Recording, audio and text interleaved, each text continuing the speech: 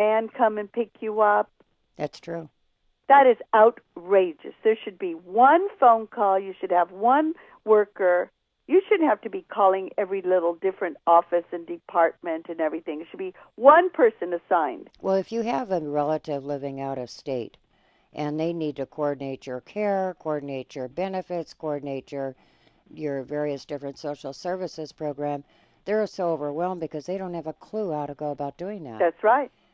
So I think that yes, I think that we need to coordinate services. We have so many funding silos that, one for the developmentally disabled, one for the Exactly. physically disabled, one for Exactly. mental health, Yes. and on it goes. And because their funding is limited now, they're all fighting for this little bit of dollars that there's left. Now, what would you do in Alameda County winning the seat for the County Board of Supervisors from the Sunol area?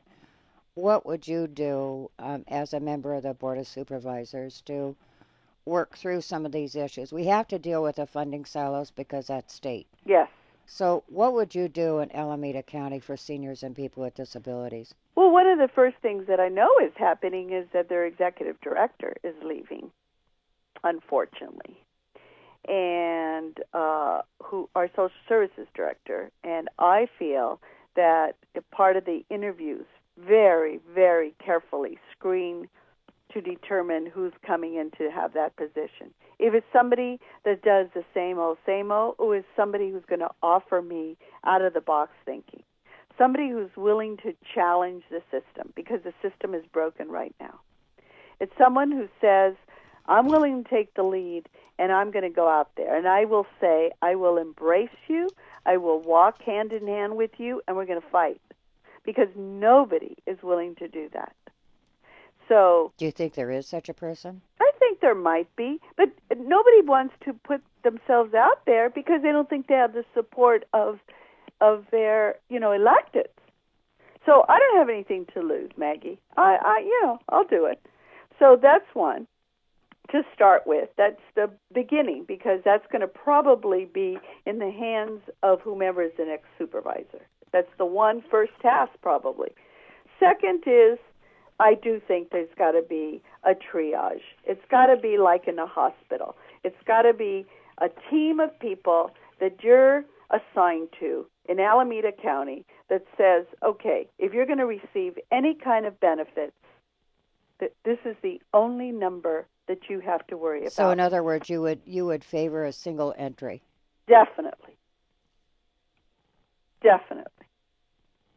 Well, that would be thinking outside of the box. That's for sure, Liz. That's very forward thinking and certainly creative. Well, don't you think that is what would be needed? Without a question, because when we went before the Little Hoover Commission to talk about what was needed, almost without fail, the people that were testifying asked or requested to testify all said a single entry point.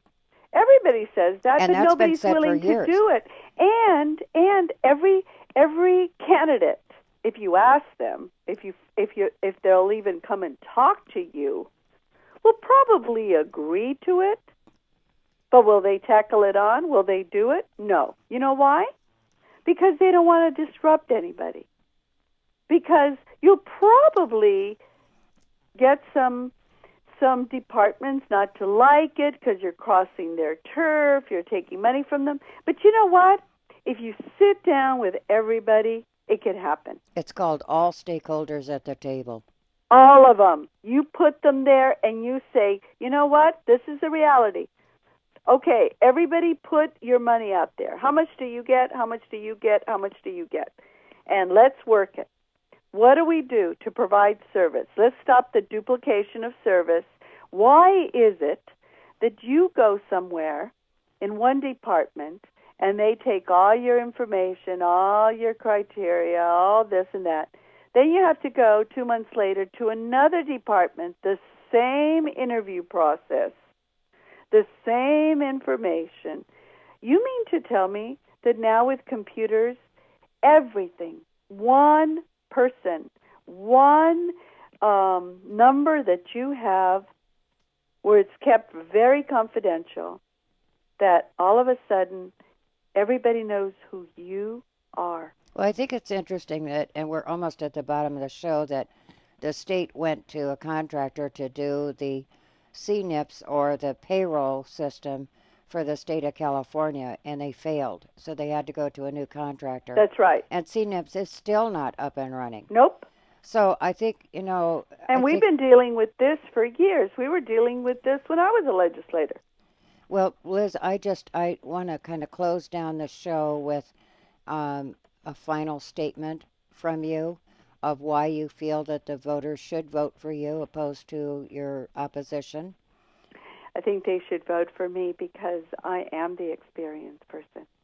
And this is not about just having passion. This is not about just, I have a huge war chest.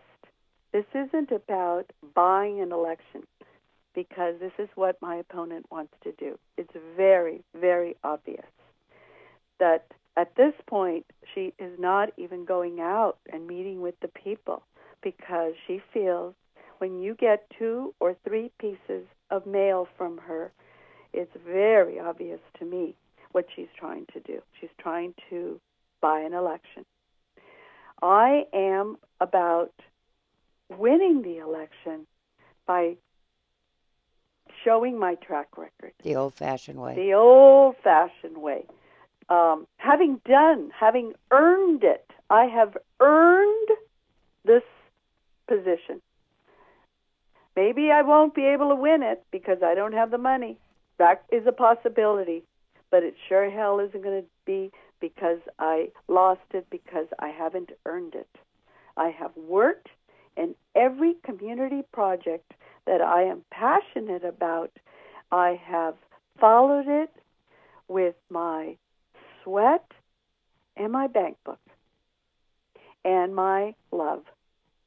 There isn't a program that I have said I care about that Liz Figueroa has not been there. I don't just say I care about it and not follow up with what is needed. The action. The action.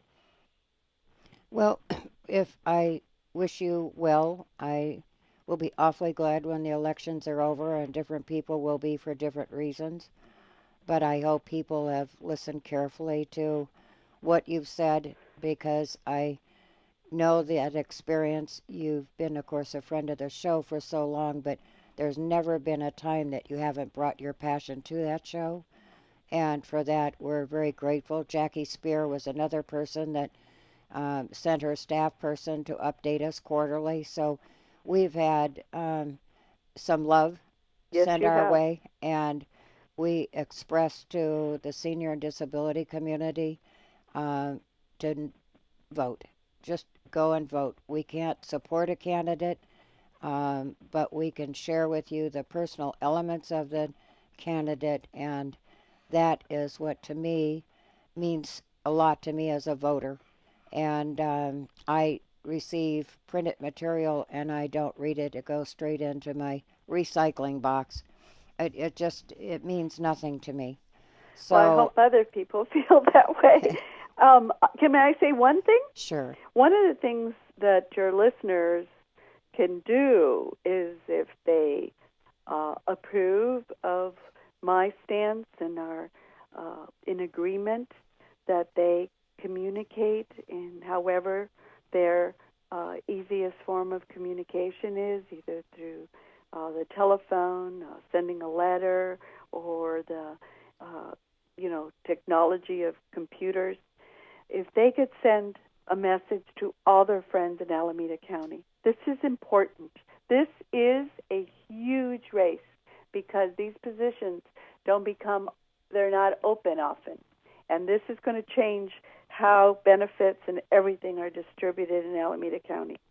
And if they can send a note, please support Liz Figueroa. I would appreciate it. What is your website?